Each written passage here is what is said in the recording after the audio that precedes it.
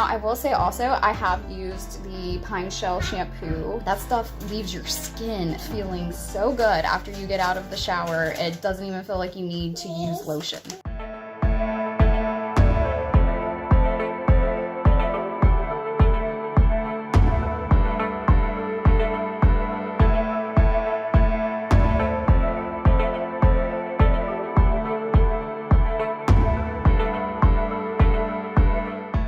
So I just came off of the beach and my hair was super tangly, just wind blown everywhere. I actually went to go look at the waves from hurricanes still coming in, so it was very windy.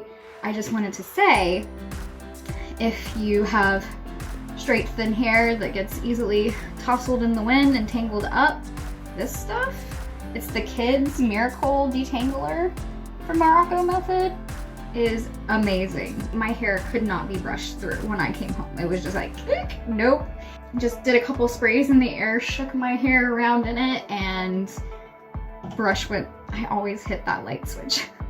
The brush went straight through it. So yeah, if you need a good detangler and it feels so, like, it does not feel greasy, it does not look greasy, it just feels soft. It's just really cool. I highly recommend this for anyone that has detangling needs.